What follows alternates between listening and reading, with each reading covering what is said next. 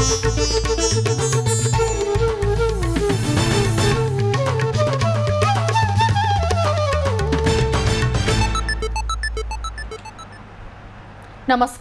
यो AB news खबरको संकेत हो। तपाई अहिले एबी न्यूज एट 2 मा हुनुहुन्छ। म एलिजा लामिछाने। प्रारम्भमा मूल खबर। उम्मेदवार बन्नको लागि रासोपामा आबद्ध भएको भन्ने मानसिकता त्याग्न लामिछानेको आग्रह।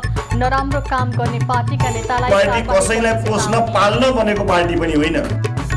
पद प्रतिष्ठा इमान र योग्यताको आधारमा पाउनुपर्ने प्रधान न्यायाधीश कार्कीको भनाई। राम्रो काम गर्ने कुरामा आफू पछि नपर्ने प्रतिबद्धता। आज विश्व बाघ दिवस। नेपालमा पनि विविध कार्यक्रम गरी मनाइँदै बाघको संख्यामा तेब्बर वृद्धि भएसँगै व्यवस्थापनमा भने चुनौती। पुरुषोत्तम मासका अवसरमा काठमाडौँको मत्स्यनारायण मन्दिरमा भक्तजनको घुइँचो। मत्स्यनारायणमा स्नान गरेमा सम्पूर्ण पाप नष्ट हुने विश्वास। अब खबरको सिलसिला प्रारम्भ गरौं। रासोपा सभापति लामिछानेको भनाई सम्बन्धी प्रसङ्गबाट। राष्ट्रिय स्वतन्त्र पार्टीका सभापति रवि लामिछानेले रासोपामा आबद्ध हुनु भनेको उम्मेद्वार बन्नु नभएको बताएका छन्।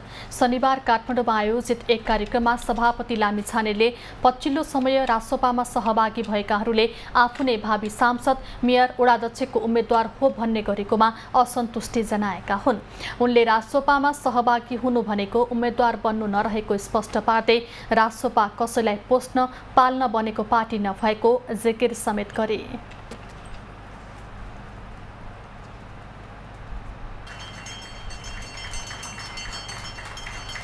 पार्टीमा जति पनि लागिरहनु भएको छ, म सुनिरहेको छु, देखिरहेको छु कि साथीहरू मै उम्मेदवार हुँ, मै मेयरको उम्मेदवार, म उपमेयरको उम्मेदवार, म वडाध्यक्षको उम्मेदवार, म यहाँको सांसद हो, यो मेरो क्षेत्र हो भनेर कता कता दौडादौड गर्नुभएको भन्ने मैले कता कता सुनेको छु। कुनै साधारण परिस्थितिमा जन्मिएको पार्टी होइन यो। पार्टी कसैलाई पोस्न पाल्न बनेको पार्टी पनि होइन। नेपाली जनताले खोजेको नेतृत्व खोज्नका लागि मिसन 84 भनेको सही नेतृत्व छान्न सकियो भने मात्रै सम्भव हुने हो। नारा त यो देशमा सबले लगाउँछन्, नारा ठिक भएर भएन, पारा ठिक हुनु पर्यो। सभापति लामिछानेले मिसन 2084 सही नेतृत्व छान्न सकेको खण्डमा मात्रै सफल हुने पनि बताए। उनले नराम्रो काम गर्ने पार्टीका नेताहरूलाई तत्काल कारबाही गर्ने पनि चेतावनी दिए। प्रधान न्यायाधीश हरिकृष्ण कार्कीले पद र प्रतिष्ठा मागेर होइन, आफ्नो इमान र योग्यताको आधारमा पाउने चलनको विकास गर्नुपर्ने बताएका छन्। शनिबार काठमाडौँमा आयोजित एक कार्यक्रममा प्रधान न्यायाधीश कार्कीले पद र प्रतिष्ठा इमान र योग्यताको आधारमा पाउनुपर्ने बताएका हुन्। उनले आफूले आजसम्म पाएको सम्मानित पदहरू मागेर नभई राज्यबाट नियमपूर्वक पाएकाले राम्रो काम गर्ने कुरामा पछि नपर्ने प्रतिबद्धता पनि जनाए। जति पनि पद पाएँ मैले कहिले माग्नु पर्यो, कहिले पनि माग्नु पर्यो। म सदस्य पनि भएँ, महासचिव पनि भएँ, अध्यक्ष पनि भएँ, कुनै पनि पद मैले माग्नु पर्यो। महाधिवक्ता भएँ, त्यो पनि मलाई अफरै गरेर ल्याएँ। सर्वोच्चको न्यायाधीश पनि अफरै गरियो। अहिले प्रधान न्यायाधीश त एउटा क्रममा गएपछि स्वाभाविक रूपमा प्राप्त हुने चिज पनि हो यो। यदि असामान्य अवस्थामा पाए त्यसकारण त्यो स्वाभाविक रूपमा प्राप्त भएको छ। कार्यक्रममा मुडुला कार्की खोलान व्यवस्था समितिले प्रधान न्यायाधीश कार्की सहित सम्मानित पदमा पुगेका मुडुला कार्कीहरूलाई सम्मान गरेको थियो। बाजुरामा बाढी र पहिरोले 2 गाउँपालिकाका 13 परिवार विस्थापित भएका छन्। शुक्रबार आएको बाढी र पहिरोको कारण हिमाली र गौमूल गाउँपालिकामा 13 परिवार विस्थापित हुनुका साथै दर्जन घर जोखिममा परेको जिल्ला प्रहरी कार्यालय बाजुराले जनाएको छ। हिमाली गाउँपालिका 3 युनामा शुक्रबार घरमाथिबाट आएको पहिरोमा परि दीपलाल बुढाको घर पूर्ण रूपमा क्षतिग्रस्त भएको छ। जिल्ला प्रहरी कार्यालय बाजुराका प्रहरी निरीक्षक रविन्द्र सिंह कठायतका अनुसार शुक्रबार बिहान 8:30 बजे आएको पहिरोले बुढाको घरसहित घरभित्र भएका अन्नपात, लुगा, कपडा बगाएको हो। पहिरोले घर बगाएपछि 3 जनाको परिवारको बिचल्ली भएको छ। उनीहरूको सुरक्षित बासको लागि वडा अध्यक्षसँग पहल भइरहेको प्रहरी निरीक्षक कठायतले जानकारी दिए। पहिरोको कारण सोही वडाका 10 घर जोखिममा परेको प्रहरीको भनाइ छ। युनामा रहेको आधारभूत स्वास्थ्य चौकी पनि पहिरोको जोखिममा परेको छ। साथै गौमूल गाउँपालिका 3 मा आएको पहिरोमा परि 12 परिवार विस्थापित बनेका छन्। लगातारको वर्षापछि आएको पहिरोमा को कारण बेहरीका 5 र ढल्काडाका 7 गरी 12 परिवार विस्थापित बनेको गौमूल गाउँपालिकाका उपाध्यक्ष सीता थापाले जानकारी दिइन्। पहिरोले सिङ्गो बस्ती नै विस्थापित गर्ने गरी खसेको छ। दिउँसोको समयमा पहिरो खसेकाले मानवीय क्षति नभए पनि भौतिक नोक्सानी बेहोर्नु परेको स्थानीयले बताएका छन्। पहिरोको कारण 12 परिवारका 60 जना भन्दा बढीलाई स्थानीय थुमथला आधारभूत विद्यालयमा राखिएको पालिका उपाध्यक्ष थापाको भनाइ छ। पहिरोको कारण अवरुद्ध मुगलिन नारायणगढ सडक सञ्चालनमा आएको छ। चितवनको इच्छाकामना गाउँपालिका 5 कालीखोला नजिक गए राति 1 बजे पहिरो खसेर सडक खण्ड अवरुद्ध भएको थियो। पहिरो पन्छाएर बिहान 3 बजेदेखि सडक खुलाइएकोमा फेरि पहिरो खसेपछि सडक अवरुद्ध भएको थियो। अहिले पहिरो पन्छाएसँगै सडक खण्ड सञ्चालनमा आएको इलाका प्रहरी कार्यालय मुगलिनले जनाएको छ। पहिरोको कारण रोकिएका सयौं सवारी साधन गन्तव्यतर्फ लागेका छन्। पानी पर्ने बित्तिकै पहिरो खस्दा यो सडक पटक पटक अवरुद्ध हुने गरेको छ। त्यसैले सकेसम्म वैकल्पिक मार्गको प्रयोग गर्न प्रहरीले अनुरोध गरेको छ। आज विश्व बाघ दिवस नेपालमा पनि विभिन्न कार्यक्रम गरी मनाइँदैछ। मानव बाघ सह अस्तित्व भन्ने नाराका साथ दिवस मनाइँदैछ। वन तथा वातावरण मन्त्रालयले दिवसको मुख्य कार्यक्रम अन्तर्गत ललितपुरको जाउलाखेली स्थित चिडियाखानामा विशेष कार्यक्रमको आयोजना गरेको छ। दिवसकै अवसरमा राष्ट्रिय निकुञ्ज तथा वन्यजन्तु संरक्षण विभागले बाघ सम्बन्धी 10 वर्षे सन् 2023-32 कार्ययोजना सार्वजनिक गर्न लागि छ। कार्ययोजनामा बाघको संख्या वृद्धि भएसँगै थपिएको व्यवस्थापनको चुनौती र बढ्दो मानव बाघ द्वन्द्वलाई व्यवस्थापन गर्ने सम्बन्धी मुख्य विषय रहेको छ। पाटे बाघ संरक्षणको महत्त्वबारे जनचेतना फैलाउने उद्देश्यले हरेक वर्ष जुलाई 29 विश्व बाघ दिवस मनाइन्छ। सन् 2010 मा रुसको सेन्ट पिटर्सबर्गमा आयोजित अन्तर्राष्ट्रिय बाघ मञ्चले यस्तो घोषणा गरेको हो। उक्त मञ्चमा पहिलो विश्व बाघ सम्मेलन भएको थियो। पाटे बाघ विश्वका 13 देशमा पाइन्छन्। ती मुलुकका सरकार तथा राष्ट्र प्रमुखको सन् 2010 मा सेन्ट पिटर्सबर्गमा भएको सम्मेलनले बाघको संख्यालाई सन् 2022 सम्ममा दोब्बर बनाउने प्रतिबद्धता व्यक्त गरेको थियो। उक्त सम्मेलनमा नेपालले सन् 2009 को गणना अनुसार नेपालमा रहेका तत्कालीन बाघको संख्या 121 लाई बढाएर दोब्बर पुर्याउने प्रतिबद्धता जनाएको थियो। सन् 2022 मा गरिएको राष्ट्रिय बाघ जनगणना अनुसार नेपालमा हाल बाघको संख्या 355 पुगेको छ। नेपालले उक्त सम्मेलनमा बाघको संख्या दोब्बर बनाउने गरेको प्रतिबद्धता भन्दा बढी संख्याले बाघ बढाउन सफल भएको छ।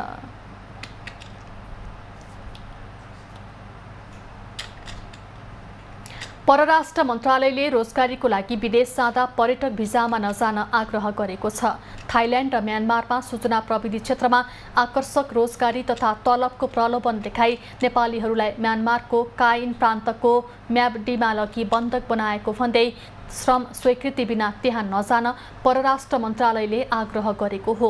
मन्त्रालयले शुक्रबार एक ट्राभल एडभाइजरी सहितको सूचना जारी गर्दै समस्यामा परेका नेपालीहरूको लागि सम्पर्क गर्न भन्दै नम्बर समेत सार्वजनिक गरेको छ। म्यानमारको म्याओडी क्षेत्रमा पुगी बन्धक बनाइएका तथा अलपत्र परेका नेपालीहरूले आफ्नो उद्धारको लागि नेपाल स्थित आफन्तजन र नेपाली राजदूतावासहरू बैङ्कक तथा याकुनमा सम्पर्क गर्ने गरेको मन्त्रालयले जनाएको छ। नेपाली दूतावासहरूले स्थानीय सरकारसँग समन्वय गरी केही संख्यामा नेपालीहरूको उद्धार गरिसकेको छ भने थप नेपालीको उद्धारको प्रयास भइरहेको मन्त्रालयले जनाएको छ। म्यानमारको उक्त क्षेत्र द्वन्द्वग्रस्त भएकाले उद्धार गर्न समेत चुनौती रहेको छ। त्रिभुवन अन्तर्राष्ट्रिय विमानस्थलबाट 1 क्विन्टल सुन तस्करी प्रकरणमा अहिले छानबिन र अनुसन्धान भइरहेको छ। त्रिभुवन अन्तर्राष्ट्रिय विमानस्थलबाट ठूला तस्करीका घटना हुन थालेपछि यसको सुरक्षामाथि पनि आम रूपमा प्रश्न उठ्न थालेको छ।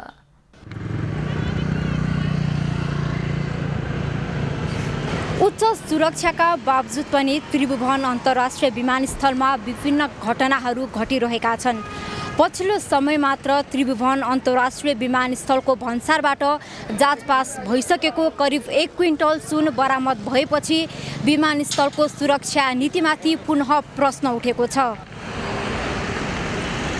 अब कानुन भनेको चाहिँ गरिबको लागि मात्र रहेछ नेपालमा, किनभने कुनै पनि एउटा मानिसले दुबई कतारबाट मेहनत गरेर आफ्नो परिवारको लागि एउटा सानो 20-30 हजारको फोन ल्याइदाखेरि त्यो चाहिँ फालिदिने होइन भने कुनै धनी व्यक्तित्वले चाहिँ त्यत्रो 100 केजीको सुन पनि सुरक्षाकर्मीहरूले चेक पास गरेर पनि त्यत्रो सुन पनि यहाँबाट एयरपोर्टबाट जाने बाहिर जान सक्छ भने यो कानुन कस्तो कानुन हो मैले पनि जान्न सकेको छैन। गरिबलाई धेरै कानुन छ, धनीलाई कानुन नै रहन्छ यो नेपालमा। नेपालको देशहरूले धेरै दुःख पाएको छ, किनभने गरिबहरूले मोबाइल लिएर आउनु पनि पाउँदैन, भन्छ तिर्नु पनि 2टा मोबाइल 3टा मोबाइल। सुन प्रकरण पश्चात त्रिभुवन अन्तर्राष्ट्रिय विमानस्थलले सुरक्षामा थप कडाई गरेको बताए पनि नागरिकहरूले भने विमानस्थलको सुरक्षा नीतिमाथि नै प्रश्न उठाएका छन्। नीति नियम चाहिँ हाम्रो गभर्नमेन्टले अब जस्तै कि हाम्रो प्रधानमन्त्री प्रचण्डजी हुनुहुन्छ नि, उहाँले एकदमै स्ट्रिक्ट नियमहरू लगाउनु पर्ने हुन्छ। यसले गर्दाखेरि चाहिँ अब जस्तै कि आम नागरिकलाई पनि सजिलो होस् र जुन हाम्रो देशमा चाहिँ यो खुकुलो नीति छ नि त्यो नीति पनि राम्रो होस्। आम नागरिकको गुनासोलाई मध्यनजर गर्ने हो भने त्रिभुवन अन्तर्राष्ट्रिय विमानस्थल र नेपाल सरकारले सबै तहका नागरिकहरूलाई समान व्यवहार गर्न आवश्यक देखिन्छ। क्यामेरामा कुमार मानन्धरका साथ यशोदा चौलागाई, काठमाडौँ। काठमाडौँको चन्द्रागिरी नगरपालिकामा रहेको मच्छेनारायण मन्दिरमा पूजा गर्ने भक्तजनको घुइँचो लागेको छ। अधिक मास अर्थात् पुरुषोत्तम मासका अवसरमा मच्छेनारायणमा स्नानसहित पूजा गर्न विभिन्न स्थानबाट भक्तजनको घुइँचो लागेको हो। हरेक 3 वर्षमा लाग्ने मलमास अर्थात् पुरुषोत्तम मासको अवसरमा मच्छेन्द्रनारायण मन्दिरमा 1 महिने विशेष मेला लाग्ने गरेको छ। श्रावण 2 गतेदेखि सुरु भएको मलमास मेला भर्न अहिले दैनिक हजारौं भक्तजन मच्छेनारायण मन्दिर पुग्ने गरेका छन्। पुरुषोत्तम मास समेत भनिने मलमासका बेला मच्छेनारायणमा गई स्नान गरी मालपुवा दान गरेमा भगवान नारायण खुसी हुने र परिवारमा सुख शान्ति छाउनुका साथै पाप नष्ट हुने धार्मिक विश्वास रहेको छ।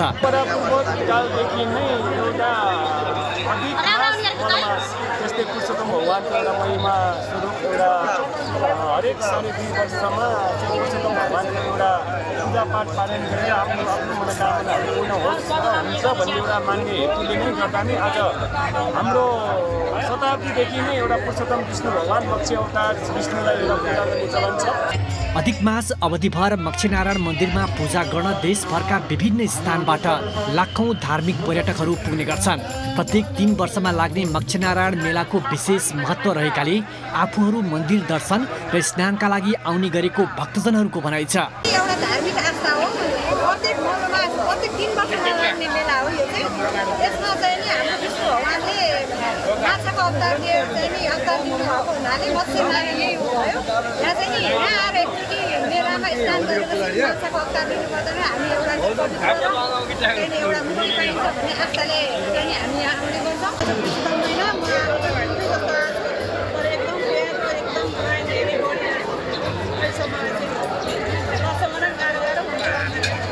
अधिक मास अर्थात् मलमासका बेला मच्छेनारायणको मन्दिरमा पुरुषोत्तम भगवानको विशेष पूजा आराधनाका साथै पुरुषोत्तम महात्म्य वाचन गर्ने परम्परा छ।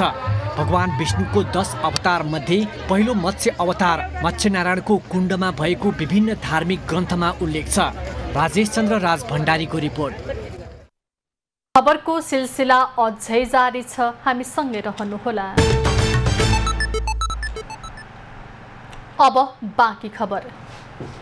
स्वास्थ्य तथा जनसङ्ख्या मन्त्री मोहन बहादुर बस्नेतले भिआइपी र भिभिआइपीले स्वदेशमै सम्भव उपचार विदेशमा गएर गर्न गए सरकारले खर्च नबेहोर्ने बताएका छन्। शुक्रबार वीर अस्पतालको 134औं वार्षिक उत्सवलाई सम्बोधन गर्दै स्वास्थ्य मन्त्री बस्नेतले नेपालमा हुने उपचार गर्न विदेश गए लाग्ने उपचार खर्च आफैले बेहोर्नुपर्ने बताएका हुन्।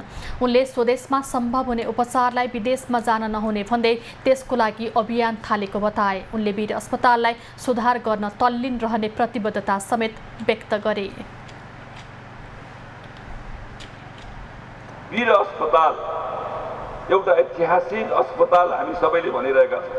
हाम्रा चाहिँ एक्सलेन्ट चिकित्सकहरूको एउटा समूह छ जुन चिकित्सकहरूसँग पढ्नका लागि विदेशबाट डाक्टर साहबहरू यहाँ हुनुहुन्छ। मलाई थाहा छ त्यस्तो अवस्थाका हाम्रो डाक्टर साहबहरू, तर हामीले हाम्रोलाई चिनेकै छैन। त्यसकारणले अब उपचार नेपालमा हुन्छ। यदि यहाँ हुन सक्ने उपचार विदेशमै जाने कुरा गर्ने हो भने त्यो पैसा चाहिँ निजी खर्च बेहोर्नुपर्छ। मैले यो अभियान सुरु गरेको छु। वीर अस्पतालले लामो समयदेखि बन्द अवस्थामा रहेको वन सेन्टर सञ्चालनमा ल्याउन लागेको छ। वीर अस्पतालका निर्देशक डाक्टर सन्तोष पौडेलले लामो समयदेखि बन्द भएको वन सेन्टरलाई पुनः सञ्चालनमा ल्याउन लागेको जानकारी दिए। अहिले माननीय मन्त्रीज्यूले यसलाई प्राथमिकतामा राखेर वीर अस्पताललाई पहिलो प्राथमिकतामा राखेर वन सेन्टरको लागि जुन बजेट व्यवस्थापन गरिदिनु भएको छ, यस वर्ष हामी वन सेन्टरको लागि तयारी थालिसकेका छौँ। यहाँ धेरै प्रश्नहरू आएका छन् कि वीर अस्पतालमा वर्षौँसम्म अपरेसनको लागि पालो पुग्नुपर्छ। त्यो तितो यथार्थलाई धेरै हदसम्म सम्बोधन गर्न हामीले 3 वर्ष अगाडि जम्मा 9वटा थिएटरबाट सञ्चालन हुने अपरेसन अहिले हामी 14वटा थिएटरसम्म पुगिसकेका छौँ।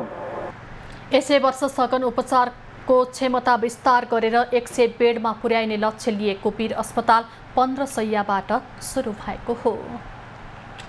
हवाई सुरक्षा सुधार थप प्रभावकारी बनाउन टास्क फोर्स गठन गरिएको छ।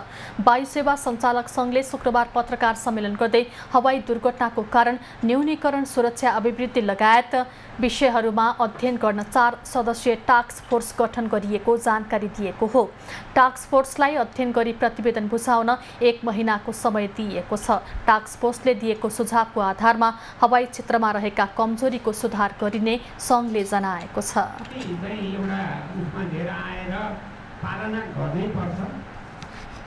हाम्रो अब एक्सपर्ट जस्तो सिनियर मान्छे जस्तो यज्ञप्रसाद गौतमजी होइन, क्याप्टन रविकङ सकार, एसएस डङ्गोल जसले चाहिँ नेपालको भनिहाल्नुभयो 40-45 वर्षको उहाँसँगको अनुभव, र श्री एमके श्रेष्ठ इन्जिनियर साहब र क्याप्टन हिराबाबु दाहाल र उहाँ सबै त्रिवार रिप्रेजेन्टेटिभ हुने हिसाबले यसले पक्कै पनि हामी भित्रका कमी कमजोरीलाई बाहिर ल्याउँछ र यसलाई चाहिँ समाधान गर्न सहयोग पुर्याउँछ भन्ने लाग्छ। पत्रकार सम्मेलनमा वायु सेवा सञ्चालक सङ्घका महासचिव मनोज कार्कीले नेपालमा हुने गरेको हवाई दुर्घटनाहरू न्यूनीकरण गर्ने विषयमा काम भइरहेको बताए। 200 रेकमेन्डेसन भनेको धेरै नै रेकमेन्डेसन हो। स्टिल हाम्रो स्काई किन सेफ भइरहेको छैन भनेपछि त्यसमा चाहिँ हामी we have to look into that. Not recommendation 200 recommendation भनेको फेयर इनफ। र अहिलेको हाम्रो जुन टास्क फोर्स छ त्यसले रेकमेन्डेसन मात्र होइन, रेकमेन्डेसनको इफेक्टिभनेस के भयो त। पत्रकार सम्मेलन अघि भएको गोष्ठीमा विभिन्न सङ्घ संस्थाका पदाधिकारी तथा हवाई विज्ञहरूले हवाई क्षेत्रको सुधारको लागि दुर्घटना न्यूनीकरणमा जोड दिएका थिए। काठमाडौँको माइतीघरमा आन्दोलनरत सहकारी पीडितहरूले आफ्नो माग सम्बोधनको लागि सरकारलाई थप दबाब दिन साउन 18 गते बृहत प्रदर्शन गर्ने भएका छन्। 2 महिनादेखि आन्दोलन गर्दा पनि माग सम्बोधनमा सरकारले वास्ता नगरेपछि सहकारी पीडितहरूले साउन 18 गते राजधानीमा बृहत जनप्रदर्शन गर्ने तयारी गरेका हुन्। सरकारले सजिलोसँग सहकारी संस्था दर्ता गर्न दिने र त्यसको प्रभावकारी नियमन र अनुगमन भने नगर्दा आफूहरूको अर्बौं रकम डुबेको भन्दै उनीहरूले आक्रोश व्यक्त गरेका छन्। बचतकर्ताहरू तर्पिरहनु भएको छ। अब धेरै समय छैन, अब तपाईहरुले न्याय पाउन धेरै समय छैन। त्यसै कारणले गर्दा एकबद्ध भएर एकमुष्ट भएर हामी सबै एक दोस्रालाई साथ दिएर हात मिलाएर अगाडि बढ्नुपर्छ र हाम्रो बचत रकम सजिलै दिएन भने खोसेर भए पनि लिनुपर्छ। आजसम्म सरकारले सुनवाई भएको छैन, गरेको छैन। र हामीले आउँदो 18 गते बिहिबारको दिन देशव्यापी रूपमा आन्दोलन गर्ने घोषणा गरेको छ महासङ्घको तर्फबाट महासङ्घले र यसमा सरकारले त्यो 18 गतेभन्दा अगाडि नै हाम्रो माग पुरा गर्छ भन्ने हामीलाई आश पनि लागेको छ। यदि गरेन भने हाम्रो देशव्यापी रूपमा हाम्रो चाहिँ आन्दोलन हुनेछ। अरूको नहुने पनि चाहिँ सबै पुरा भइरहेको छ माग। हाम्रो चाहिँ किन पुरा नभएको, सरकारले किन सुनवाई नगर्नु भएको, किन मान्छे नसमातिदिनु भएको। अब यो 18 गते चाहिँ हाम्रो ठुलै यो कार्यक्रम छ। यसमा चाहिँ नि कि लास हुन्छ माइती घरमा धेरैको, कि चाहिँ सरकारले के गर्नुपर्ने हो त्यो पुरा गरिदिनुपर्छ। यता सहकारी विभागले भने अर्थतन्त्रमा आएको समस्याको कारण सहकारीहरूमा पनि समस्या आएको र त्यो समस्याबारे बचतकर्तालाई बुझाउन नसक्दा अहिलेको समस्या आएको जनाएको छ। संस्थागत सुशासन राम्रो नभएको ठाउँमा संस्थागत सुशासनलाई जोड दिने, जवाफदेही र जिम्मेवार बनाउने। त्यही भएर हामीले पछिल्ला दिनमा भनेका छौँ नि त, सहकारी संस्थाको व्यवस्थापक सञ्चालकलाई बोलाएर तपाईँहरूले श्वेतपत्र जारी गर्नुहोस्। संस्थाको सम्पत्ति कति हो, दायित्व कति हो, त्यो देखाइदिनु सदस्यलाई। अहिले एउटा पाटो त फिल्डमा अलिकति अर्थतन्त्रको उजा चढावको कारणले समस्या पनि हो, तर यो विषय पनि सदस्यले त थाहा पाउनु पर्यो नि त। सदस्यले थाहा पाइसकेपछि सदस्य विश्वस्त हुनु पर्यो। ओरिएन्टियल सहकारी, देउराली सहकारी, इमेज सहकारी, शिवशिखर बहुउद्देश्य सहकारी लगायतका सञ्चालकहरू अर्बौं रकम अपचलन गरेर फरार भएपछि बचतकर्ताहरू मर्कामा परेका छन्। देशभरका 73 लाख सहकारी पीडितहरूको करिब 65 अर्ब रकम सहकारीका सञ्चालकले अवचलन गरेको पाइएको छ। मनसुन सुरु भएसँगै बाढी पहिरोका घटना बढ्न थालेका छन्। सरकारले बाढी पहिरो न्यूनीकरणको पूर्व तयारीमा पर्याप्त ध्यान नदिँदा वर्षेनी ठूलो जनधनको क्षति बेहोर्नु परेको छ। बाढीको जोखिमयुक्त ठाउँहरूमा समेत कुनै सावधानी अपनाएको देखिँदैन। यति बेला देशभरको मनसुन सक्रिय छ। मनसुन सुरु भएसँगै बाढी र पहिरोका घटनाहरू फेरि दोहोरिन थालेका छन्। गत वर्ष पनि बर्खायामको सुरुवातसँगै धेरै क्षति भयो। यसपटक पनि धेरै पानी परिरहेकाले त्यो क्षति दोहोरिने देखिन्छ। सरकारले त धेरै नै गलत काम गरेको, राम्रो काम गरेकै छैन नि। खास गरी अब भत्काउने काम गरेको हुन्छ, नगरपालिकाले पनि बनाउने काम त काहीँ पनि गरेको छैन नि त। हाम्रो यसमा पनि ओरामा गएर कतिचोटि भन्यौँ होइन, यो विषयमा ओरामा गएर भन्यौँ। अनि बरु यो पुल खोल्ने भनेको खोल्नेको सट्टा सबै बरु पुरै ढलान गरिदिएर बरु बाटो बनाउने होइन। बर्खाको बाढी पहिरोले मात्र पछिल्ला 6 वर्षमा 1215 जनाको ज्यान गएको छ। राष्ट्रिय विपद जोखिम न्यूनीकरण तथा व्यवस्थापन प्राधिकरणले यस वर्ष पनि 72 जिल्लामा बाढी र पहिरोको जोखिममा रहेको आकलन गरेको छ। मधेसमा 8 जिल्ला बाढीको जोखिममा छन् भने बाँकी प्रदेशमा बाढी र पहिरो दुवैको जोखिममा छ। प्राधिकरणका अनुसार 51 जिल्लामा पहिरो र 21 जिल्लामा बाढीको जोखिम छ। यी जिल्लाका 4,21,000 घर परिवारका 22 लाख जनसङ्ख्या प्रभावित हुन सक्ने प्राधिकरणको अनुमान छ। खोलाबारी आउँदा एकदम अहिलेसम्म हाम्रो त्यस्तो भुछे जाने र पहिरो जाने मानवीय क्षति नभए तापनि जुन त्यसको छेउबाट जुन हाम्रो घरबाट निस्किने थलमा त्यो पानीको ब्याक फोर्स भएर त्यो जुन वरिपरिको घरहरू डुब्ने र वरिपरि घरमा चाहिँ पानी पस्ने समस्या चाहिँ रहेको छ। पानीलाई विश्वास नगरौँ, आगोलाई विश्वास नगरौँ, हावाहरूलाई विश्वास नगरौँ भन्छ। त्यो बिना बाँच्न पनि सक्दैन। फेरि त्यही चिज नभइकन हामी बाँच्न पनि नसक्ने भएको कारणले गर्दाखेरि पूर्व तयारीमा नै हामी जानुपर्छ र अबको उपरान्त हामी त्यस्ता ठाउँहरूमा चाहिँ काम गर्दाखेरि चाहिँ सचेत पुर्याएर काम गर्नुपर्छ। जोखिमयुक्त ठाउँहरू थाहा हुँदै पनि सरकारले समयमै व्यवस्थापन गर्न नसक्दा जनधनको क्षति हुने गरेको छ। यद्यपि दुर्घटनाबाट बच्न सुरक्षित वासस्थान र विपद व्यवस्थापन समयमै गर्न सके यसबाट बच्न सकिन्छ। क्यामेरामा शैलेन्द्र गोविन्द अमात्यका साथ कमल जेसी, काठमाडौँ।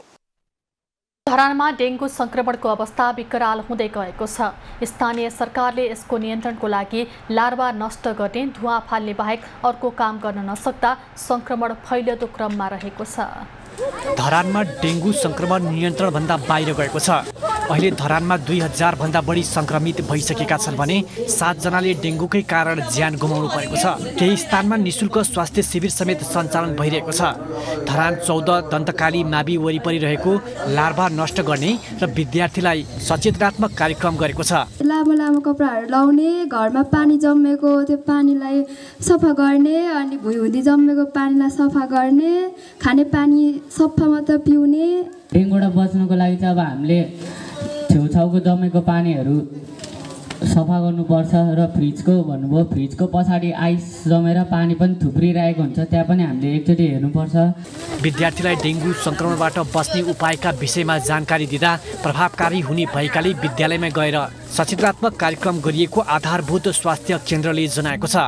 केन्द्रले वडामा भएका सङ्क्रमित बिरामीलाई विजयपुर मेडिकल हलसम्म समन्वय गरेर निःशुल्क उपचारको व्यवस्था गरेको छ। अहिले पनि 7 जनाले उपचार गराइरहेका छन्। हाम्रो वार्ड नम्बर 14 र हाम्रो आधारभूत स्वास्थ्य सेवा केन्द्रले चाहिँ सहकार्य गरेर चाहिँ हामीले अहिले उपचारका लागि बिरामीहरूलाई चाहिँ विजयपुर मेडिकल हल हाम्रो विजयपुरमा चोकमा रहेको त्यहाँनिर चाहिँ हामीले उपचारका लागि पठाएका छौँ। त्यहाँनिर दिनमा प्रतिदिन 5 देखि 7 जना बिरामीहरूलाई चाहिँ वडा कार्यालयले को खर्च मार्फतै बिरामीहरूलाई उपचार गराइराखिएको छ। डेङ्गु सङ्क्रमित बिरामीलाई सहज होस् भन्ने उद्देश्यले निःशुल्क उपचारको व्यवस्था मिलाइएको जनप्रतिनिधिहरूले बताएका छन्। डेङ्गु सङ्क्रमित भएको कुनै प्रमाण वडावासीमा पाइएमा निःशुल्क स्वास्थ्य उपचारको प्रबन्ध गरिएको छ। त्यो निःशुल्क उपचारमा चाहिँ तपाईँलाई सेलेन पानी, भिटामिन, प्यारासिटामोल देखि लिएर आदि इत्यादिका कुरा इत्यादि जुन प्राथमिक उपचारमा गर्नुपर्ने कुराहरू हामीले निःशुल्क यहाँको स्थायी बासिन्दा भएका सम्पूर्ण नागरिकलाई गराइराखेको कुरा जानकारी गराउन चाहन्छु। अहिले धरानमा प्रत्येक वडामा एक घरमा 1 जना वा सोभन्दा बढी डेङ्गुका सङ्क्रमित बिरामी भेटिएका छन्। बीपी कोइराला स्वास्थ्य विज्ञान प्रतिष्ठानमा पछिल्लो समय 80% बिरामीमा डेङ्गु सङ्क्रमण पुष्टि हुने गरेको छ। विनय प्रधान, धरान। सागरनाथ वन विकास परियोजना रतुवामाई वृक्षारोपण आयोजनाका 200 जना कर्मचारीले 11 महिनादेखि तलब पाएका छैनन्। तलब नपाएपछि कर्मचारीहरू आन्दोलनमा उत्रिएका छन्। उनीहरू संयुक्त रूपमा काठमाडौँको बानेश्वरमा आएर आन्दोलन गरिरहेका छन्। वन पैदावार विकास समिति अन्तर्गतका आयोजना परियोजनामा काम गरेको 11 महिना बितिसक्दा पनि तलब नपाएको भन्दै नेपाल निजामती कर्मचारी संगठन संयुक्त सङ्घर्ष समितिको आयोजनामा काठमाडौँ माइतीघर मण्डलादेखि बानेश्वरसम्म आएर आन्दोलन गरिरहेका छन्। लामो समयदेखि तलब विहीन हुँदा जीवनयापनमा समस्या भएको सहभागीको भनाइ छ। श्रम भनेको कस्तो भने आफूले खाना नपाइसकेपछि मान्छे जे पनि गर्न तयार हुन्छ। अहिले हामी अरू कुरा धेरै मागेको छौँ। हाम्रो खाना हामीले काम गरेको ज्यालाहरूको मात्रै देऊ त्योभन्दा हामीले बढी केही मागेका छैनौँ। कर्मचारीले आफूहरूको ठुलो माग नभएको ज्याला मात्र मागेको बताएका छन्। सरोकारवालाहरूको समन्वयमा आफूहरूको माग सम्बोधन हुनेमा उनीहरू विश्वस्त छन्।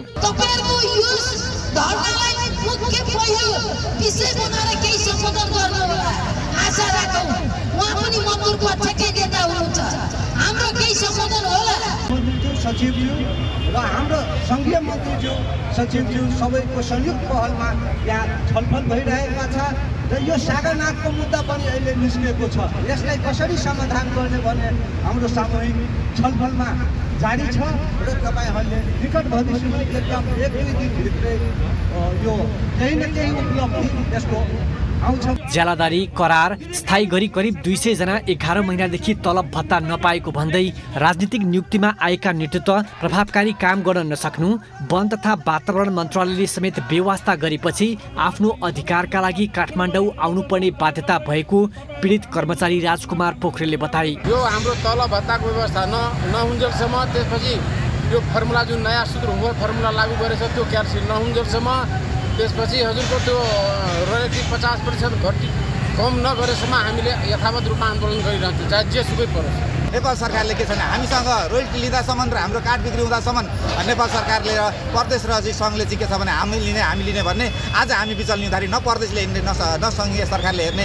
हामी एउटा चाहिँ के छ भने निम्न स्तरका एउटा चाहिँ दैनिक रूपमा काम गर्ने चौकीदारहरू, दैनिक रूपमा काम गर्ने श्रमिकहरूले पनि दैनिक रूपमा पाउनुपर्ने पैसा 12 महिनादेखि नपाउँदाखेरि उनका परिवारहरू के भएका होलान्। यता परियोजना क्षेत्रमा उत्पादित वन पैदावार बिक्री वितरण नभएकाले कर्मचारीहरूको तलब रोकिएको परियोजनाले बताएको छ। उत्पादित वन पैदावार बिक्री वितरण गरेर मासिक करिब 50 लाख तलबमा खर्च गर्नुपर्ने भए पनि सरकारबाट कुनै किसिमको सहयोग नभएका कारण परियोजना आर्थिक रूपमा टाँट पल्टिएर तलब खुवाउन नसकिएको जनाएको छ।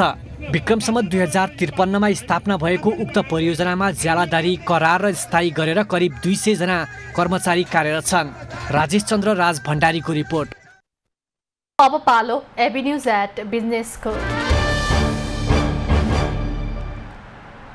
धार्मिक पर्यटकीय क्षेत्र मोरङको नयाँ वृन्दावन गौशालामा आन्तरिक तथा बाह्य पर्यटकहरूको आगमन बढेको छ। विश्वकै सबैभन्दा ठूलो गाईको प्रतिमा समेत यहाँ राखिएको छ। धार्मिक आस्था तथा पर्यावरणको अवलोकन गर्न पनि पाइने भएकाले पर्यटकहरू आकर्षित हुने गरेका छन्। राधाकृष्णको आकर्षक मन्दिर, गोत्र अनुसारको ऋषिहरूको मन्दिर, गोत्र अनुसारको बिरुवा, विश्वको सबैभन्दा ठूलो गाईको मूर्ति समेत रहेको नयाँ वृन्दावन गौशालामा धार्मिक तथा पर्यावरणीय पर्यटकीय क्षेत्रको रूपमा रहेको छ। आन्तरिक पर्यटकहरूको रोजाइमा पर्न थालिसकेको नयाँ वृन्दावनलाई अझ आकर्षक पर्यटकीय क्षेत्रको रूपमा विकास गर्न स्थानीय तथा प्रदेश सरकारले ध्यान दिनुपर्ने आन्तरिक पर्यटकहरू बताउँछन्। पर्यटकीय क्षेत्र रहेको कारणले गर्दाखेरि चाहिँ यहाँ चाहिँ अझै पनि पर्यटन प्रवर्धनको लागि चाहिँ स्थानीय निकाय र वडा अन्तर्गत र प्रदेश सरकारले ध्यानाकर्षण गरे अझै यो ठाउँ चाहिँ राम्रो हो। राधाकृष्णको आकर्षक मन्दिर सहित विश्वकै सबैभन्दा ठूलो गाईको प्रतिमा हेर्नका लागि यस क्षेत्रमा धार्मिक पर्यटकहरू उल्लेख्य रूपमा आउने गरेका छन्। 12 बिघा क्षेत्रफलमा रहेको यो धार्मिक क्षेत्रमा राधाकृष्णको मन्दिरका साथै हनुमान, सरस्वती लगायतका देवी देवताका मूर्तिहरू समेत रहेका छन्। विभिन्न धार्मिक महत्त्वका साथै पर्यावरणीय महत्त्व बोक्ने बिरुवाहरूले पनि पर्यटकलाई आकर्षित गरेका छन्। हामी टाढा टाढा घुम्न जानुको सट्टा चाहिँ यही स्थानमा आएर हामी सबैजना यस ठाउँमा घुम्न आउनु होला। मलाई त एकदमै रमाइलो लाग्यो हैन, प्रकृतिसँग एकदमै नजिक हुन पाउँछौँ यहाँ आउँदाखेरि। कृष्ण जन्माष्टमी, बाला चतुर्दशी साथै विभिन्न समयमा हुने धार्मिक अनुष्ठानहरूले समेत धार्मिक पर्यटकहरूलाई आकर्षित गर्दै आएको छ। यस क्षेत्रका हरियाली वातावरण र गर्मीको समयमा शीतलता प्राप्त गर्न पनि मानिसहरू आउने गरेका छन्। सुनसरी र मोरङको सङ्गम स्थलमा रहेको बुढीगङ्गा नदी किनाराको पूर्वीतर्फ मोरङमा रहेको नयाँ वृन्दावन गौशाला क्षेत्रमा आन्तरिक तथा बाह्य पर्यटकहरू समेत आउने गरेका छन्। सुनसरी ब्युरोको रिपोर्ट। भोजपुर र खोटाङको सिमानामा रहेको कपासे भन्ज्याङ पर्यटकीय गन्तव्यका रूपमा स्थापित हुन थालेको छ। पर्यटकहरूलाई लक्षित गरेर आवश्यक पूर्वाधार निर्माण गरेपछि यहाँ आन्तरिक पर्यटकहरूको सङ्ख्या बढेको हो।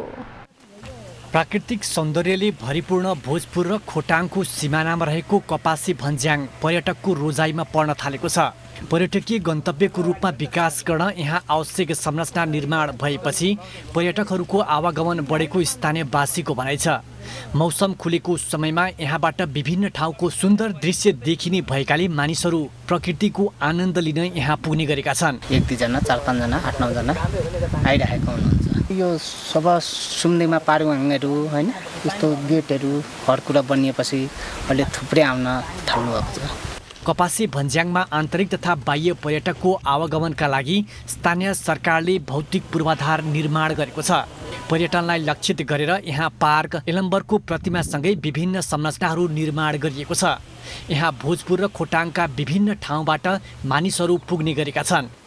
मायुङ गाउँपालिका र हाम्रो खोटाङको त यो भइगयो, अनि रामप्रसाद गाउँपालिकाबाट अनि अन्यहरू पनि आउनुहुन्छ। यहाँ अन्य पनि घुम्न आउनुहुन्छ। विशेष चाहिँ यहाँनिर एकदम दृश्य राम्रो भएको बेला चाहिँ जस पिकनिक स्पोट, नयाँ वर्ष, माघे सङ्क्रान्ति, यो साउने सङ्क्रान्तिमा चाहिँ सबै धेरैजनाको जमघट हुन्छ।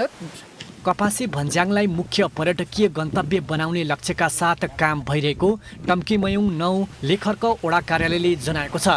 2 जिल्लाको सङ्गम स्थल रहेकाले खोटाङको खोटेहाङ गाउँपालिकासँगको सहकारीमा आवश्यक संरचना निर्माण भइरहेको जनाइएको छ। सुम्निमा पारुहाङको यहाँ मूर्ति छ।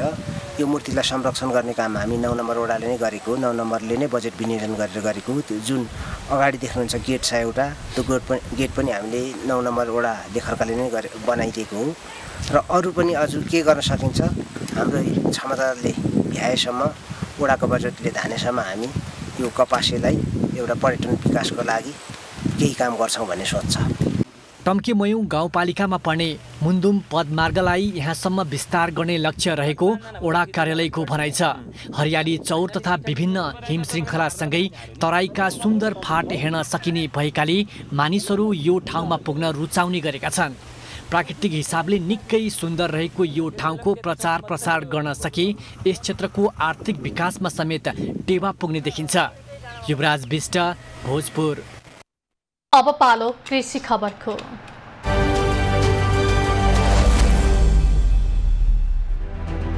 कृषि खबरको साथमा सम्पूर्ण कृषि सेवाको लागि agri Nepal soil to sell. Lumpy skin रोगबाट मर्ने पशुको संख्या 50,000 नागेको छ। पशु सेवा विभागको तथ्याङ्क अनुसार साउन 12 गतेसम्म देशभर 50,826 गाई गोरु, बाछा बाछी, रागा भैँसी र पाडापाडी मरेका छन्।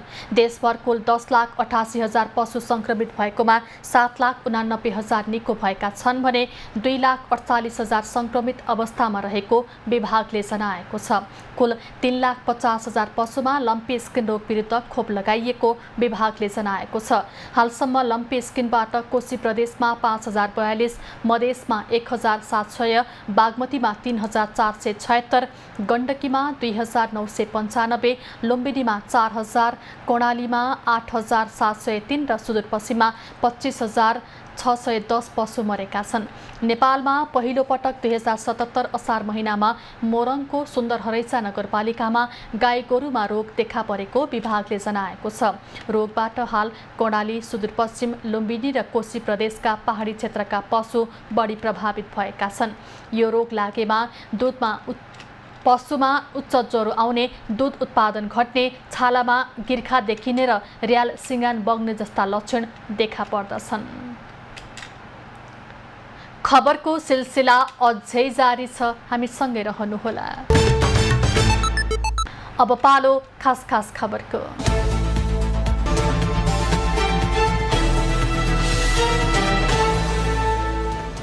राष्ट्रपति रामचन्द्र पौडेलले बाघको संरक्षण नेपालको पर्यटन प्रवर्धन र आर्थिक विकासको लागि महत्त्वपूर्ण हुने बताएका छन्। विश्व बाघ दिवसको अवसरमा शुभकामना सन्देश जारी गर्दै राष्ट्रपति पौडेलले बाघको संरक्षण र तीको व्यवस्थापनमा खटिन सम्बन्ध निकाय, जनसमुदाय र सुरक्षाकर्मीलाई आह्वान समेत गरे। उनले बाघको चोरी सिकारी नियन्त्रणको लागि थालिएको पहल कदमी सार्थक भएको पनि बताए। प्रधानमन्त्री पुष्पकमल दाहालले बाघ लगायत दुर्लभ वन्यजन्तुका प्रजातिको संरक्षणमा नेपालले अग्रणी राष्ट्रका रूपमा विश्वभर पहिचान राख्न सफल भएको बताएका छन्।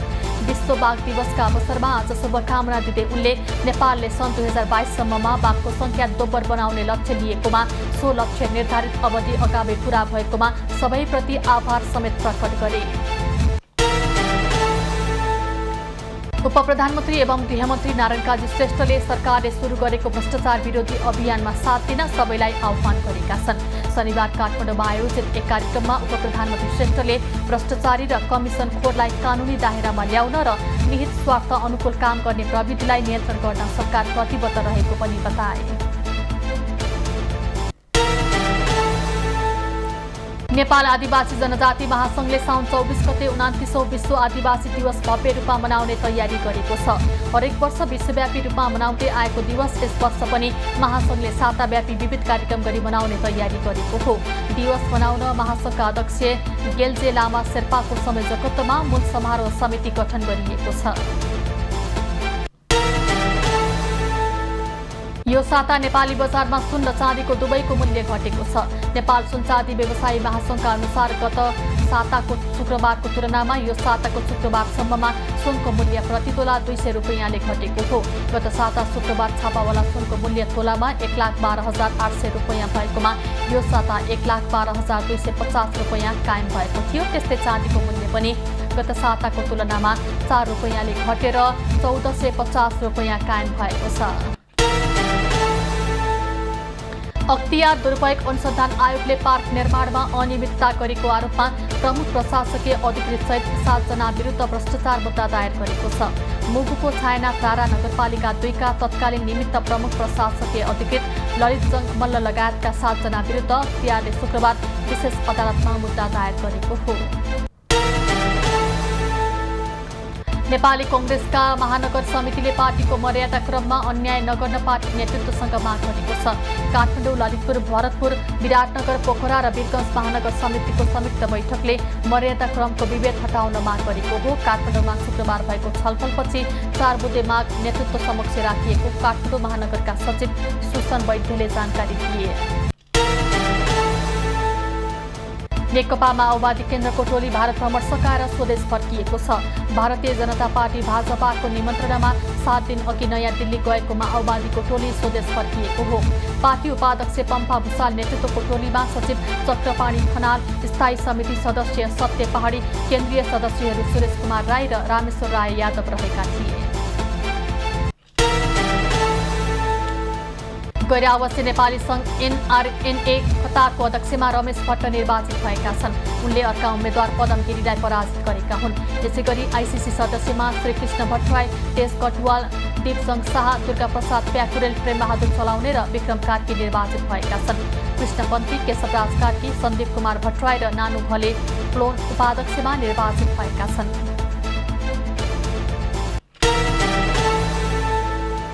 भरतपुर भ्रमण वर्ष 2024 का अवसरमा 77 देशमा रहेका चितवनवासीलाई निमन्त्रणा गरिने भएको छ। भ्रमण वर्ष सफल बनाउन विभिन्न देशमा बसोबास गर्ने चितवनवासी र उनीहरूका विदेशी आफन्तलाई निमन्त्रणा गर्न लागि हो।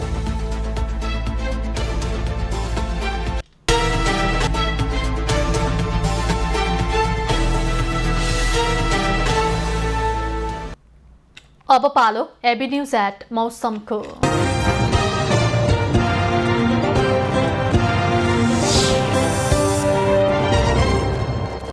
हाल देशभर आंशिकदेखि सामान्य बदली रही कोशी, बागमती, गण्डकी, लुम्बिनी, कडाली र सुदूरपश्चिम प्रदेशका थोरै स्थानहरूमा हल्का वर्षा भइरहेको छ।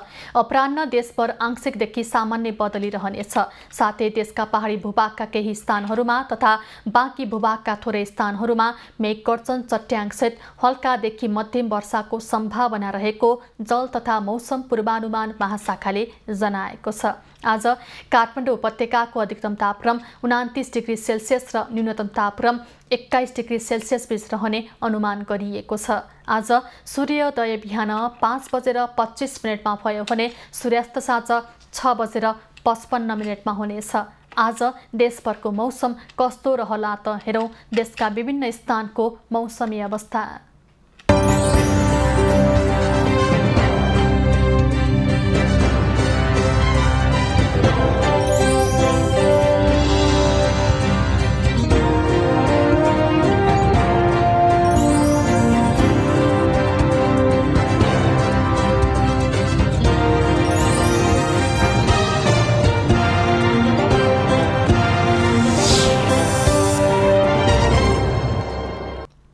अहिलेलाई खबरको क्रम यति नै। एबी न्यूज खबरका यी सहित अन्य विस्तृत खबरको लागि www.abnews.tv लगइन गर्न सक्नुहुनेछ। युट्युब, फेसबुक र ट्विटरमा पनि हामीलाई फलो गर्न सकिनेछ। खबरभित्रको खबरको लागि हेर्दै रहनुहोला एबी न्यूज खबर। नमस्कार।